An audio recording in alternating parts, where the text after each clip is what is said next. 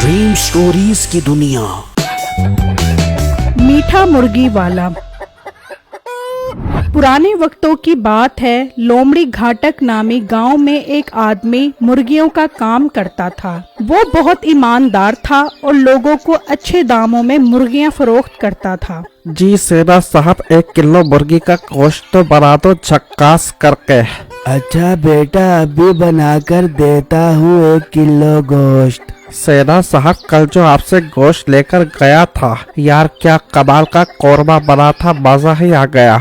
बस बेटा, मैं गोश्त जो इतने प्यार मोहब्बत से और कटाई जो इतनी साफ सुथरी करता हूँ। हाँ सेना साहब, ये बात तो ठीक है। अच्छा, अपने बेटे का सुनाओ, आजकल क्या कर रहा है वो? बेटा, आजकल तो वो मुझे और घर वालों को तंग ही कर रहा है। अरे सेना साहब, उसे काम पर लगाओ, इस तरह तो वो आवारा हो जाएगा। बेटा, आवारा तो वो पहले ही बहुत है। मुझे डर है कहीं वो कुछ गलत करके गांव से 911 न हो जाए। सेना ठाकुर अपने बेटे से बहुत परेशान था। वो हर टाइम जुआ खेलता रहता था। अरे बादशाह, अब मजा आया ना चाल चलने का। बेटे, तेरी कोई चाल कामयाब नहीं होने वाली। ये पकड़ गुलाम। बेटे, अब तू हार गया है, चल सारे पैसे निकाल। यार, ये गेम में कैसे हार गया? इतनी अच्छी चालें चल रहा था। बेटे, तू चालों को छोड़, पैसे निकाल। रोकी मेरे प्यारे भाई, मुझे थोड़ा सा टाइम दे दे, मैं अभी अपने अब्बू से पैसे लेकर आता हूँ। ठीक है बेटे, जल्दी कर, मैं तेरा इंतजार कर रहा हूँ। फिर मीठा पैसे लेने के लिए अपने बाप के पास जाता है। अब्बू जान, जरा 2000 रुपए तो देना, मेरे पेट में बहुत मरोड़े उठ रही हैं।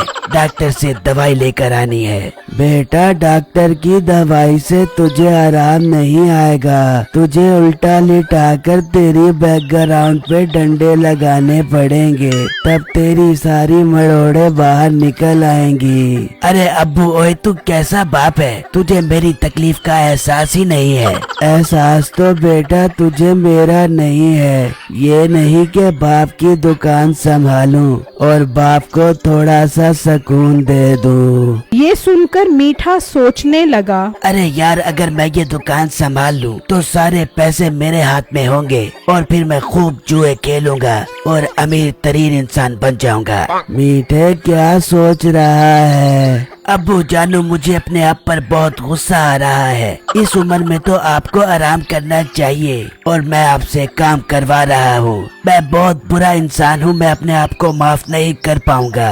नहीं नहीं बेटा, तुझे माफी मांगने की जरूरत नहीं है। तुझे अपनी गलती का एहसास हो गया है, यही काफी है। तू बस कल से दुकान संभाल मेरा बेटा। ठीक है पापा जानी, 2000 रुपए दो। मेरे पेट की मरोड़ ठीक होगी तो मैं दुकान संभाल पाऊंगा ना।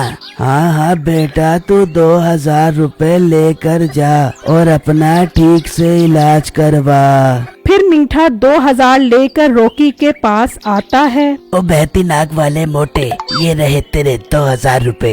अरे विजय भाई, क्या आपकी लॉटरी निकल आई है? हाँ, बस ऐसा ही समझ लो। अब तो पैसों की रेल पेल होगी। कल से लगाऊंगा तेरे 7 लाख रुपए का जुआ।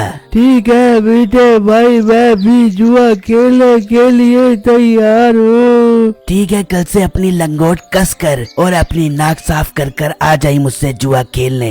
ये कहकर मीठा वहाँ से चला जाता है और अगले दिन से अपनी दुकान संभाल लेता है। तो एक ग्राहक इसके पास आता है। अरे भाई, 1 किलो गोश्त दे दो। ठीक है भाई, देता हूँ। आज से गोश्त 300 रुपए किलो मिलेगा। अरे ये कैसी बातें कर रहे हो? कल तो मैं तुम्हारे अब्बू से 200 रुपए का गोश्त लेकर गया हूँ। अरे भाई, आज मुर्गियाँ बहुत महंगी हो गई हैं। मुर्गियाँ बहुत शॉर्ट हो गई हैं मार्केट में।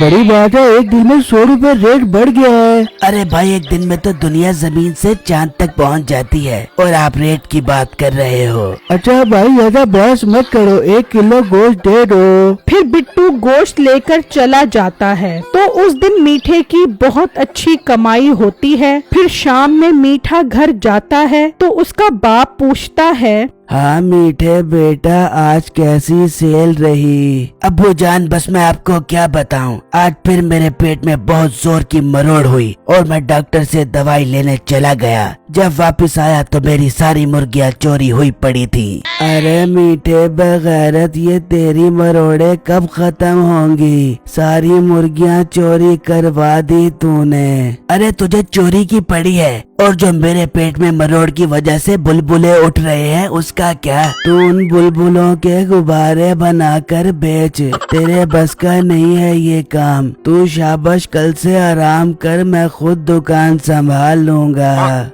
अब्बू जान, ऐसा मत कहो, मैं आपको इस उम्र में मेहनत करते नहीं देख सकता। प्लीज अब्बू, ट्राई टू अंडरस्टैंड। अब से दिल लगा कर काम किया करूँगा।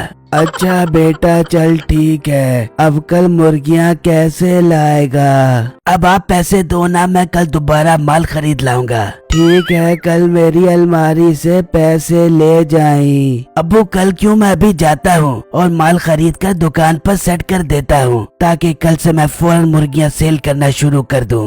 फिर मीठा फार्म से मुर्गियां खरीद कर आ रहा होता है कि रात हो जाती है। फिर मीठा मुर्गियां पिंजरे में रख कर जा ही रहा होता है कि एक चुड़ैल वहां आ जाती है। मीठा उसे देखकर डर जाता है। चुड़ैल बाजी, आप कौन हो? मैं क्या शक्ल से तुझे माइकल जैक्सन लग रही हूँ? मुझे मुर्गियाँ बहुत पसंद है, जल्दी से बड़ी बड़ी मुर्गियाँ निकाल दे। चुड़ैल बाजी, मेरे पास तो बहुत छोटी छोटी मुर्गियाँ हैं, मैं बहुत गरीब इंसान हूँ। तू परेशान मत हो, मैं गरीबों का बहुत एहसास करती हूँ। मैं एक मंत्र बताती हूँ, वो पढ़कर मुर्गी पर फूंक मार दी तो वो बड़ी हो जाएगी। लेकिन एक बात का ख्याल रखी कि बड़ी मुर्गी के चक्कर में किसी से ज्यादा मुनाफा ना ले। ठीक है चुड़ैल बाजी, आप मुझे जल्दी से बता दो वो मंत्र। ठीक है, तू ये मंत्र पढ़ी, डॉक्टर ने लगा दी सुई उई अम्माई। ये कहकर चुड़ैल वहाँ से गायब हो जाती है। अगले दिन मीठा अपनी दुकान पर मुर्गी रखकर वही मंत्र पढ़ता है।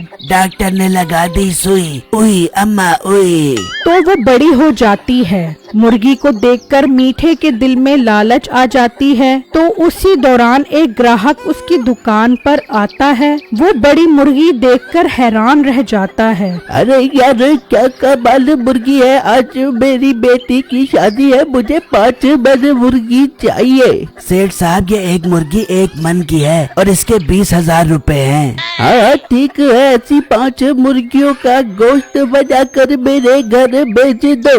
अगले दिन जब वो गोश्त पकाते हैं तो हर देग में सिर्फ एक बोटी होती है।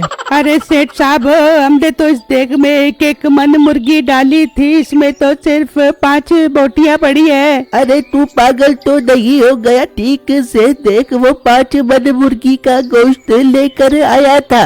अरे सेठ साहब, मैं ठीक बता रहा हूँ, उसमें सिर्फ 1-1 बोटी है। मुझे तो लगता है उसने आपको बेवकूफ बना दिया है। फिर वो जाकर मीठे को पकड़ लेते हैं। मुझे माफ कर दो, मुझे चुड़ैल बाजी ने मना किया था कि किसी से ज्यादा मुनाफा नहीं लेना। ये उसी मुनाफे की वजह से 1 मन की मुर्गी 1 बोटी में बदल गई है। तुझे तो अब हम थाने लेकर चलते हैं, अब वो तेरी बोटी बोटी करेंगे। मेरी इस वीडियो को लाइक और मेरे चैनल को सब्सक्राइब जरूर कीजिएगा और मुझे कमेंट बॉक्स में जरूर बताइएगा कि आपको मेरी स्टोरी कैसी लगी। शुक्रिया।